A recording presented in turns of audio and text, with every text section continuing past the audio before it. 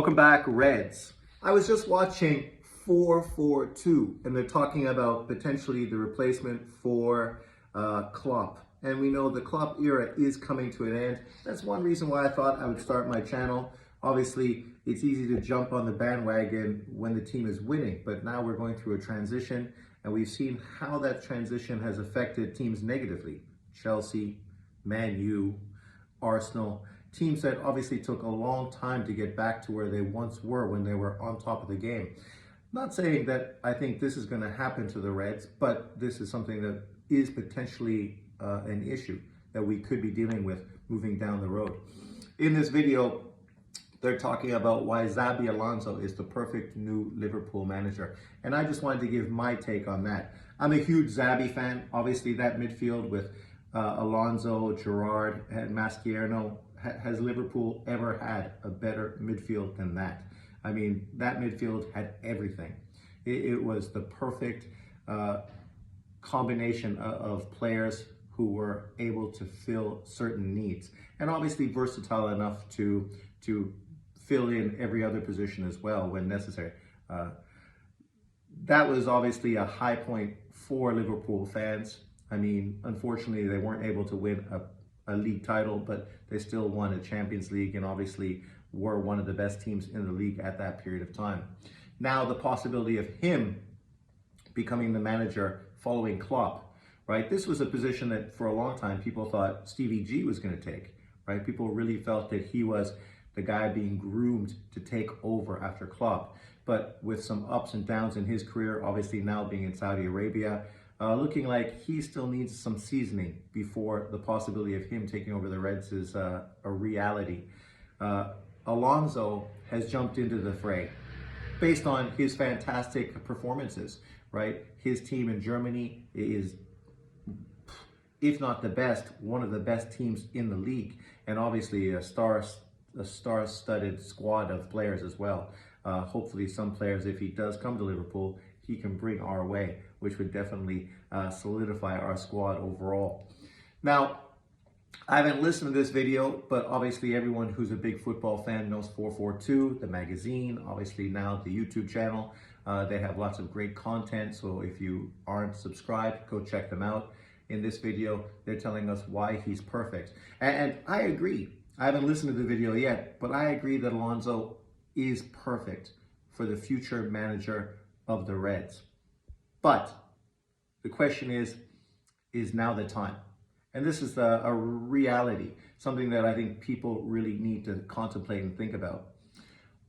Following a historical manager like Klopp is not easy because you're never going to live up to those expectations. People are always going to be critical. People are always going to say, well, you're not Klopp. You're not doing it like Klopp. Well, Klopp didn't do this. And that's a tough situation for a young manager without a lot of experience coming into a squad and taking over. Also, as well as the players who've all been brought forward by Klopp. So obviously have a huge sort of connection to him. They don't know who you are outside of you being alumni to the squad. So obviously there's going to be a lot of respect, but they don't know how it is to work with you. They don't know your perspective.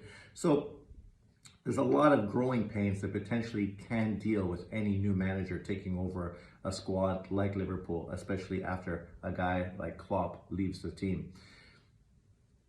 I think the best and probably smartest thing to do would be to take an intermediate trainer or manager, somebody different than Alonzo at this point. Maybe a guy like De Zerbi from Brighton, right? Who obviously has been in the league, plays a similar style, has a relationship to obviously some of the players on the squad. All the players are familiar with him and what he's doing at Brighton. The expectations for him wouldn't be that high, right? So it's not as if you expect him to come in and take over and be the next version of Klopp. Just the opposite. You hope that he just continues doing what Klopp has put in the position. If it doesn't live up to expectation, people aren't going to be shocked or surprised, and generally managers don't last that long, especially this position. This is kind of like, you know, you break up with your girlfriend and then you hook up with another chick. Generally, you don't start dating that girl. You know, she's just a bounce back sort of girl, a girl for you to build your confidence, get you back in the game before actually going out there to meet the next significant other. And that's kind of like what this manager is going to be for Liverpool. We can have expectations that it's not. We can think, oh, no, no, no. The next manager is going to be the guy who takes over and runs the team for the next 10 years.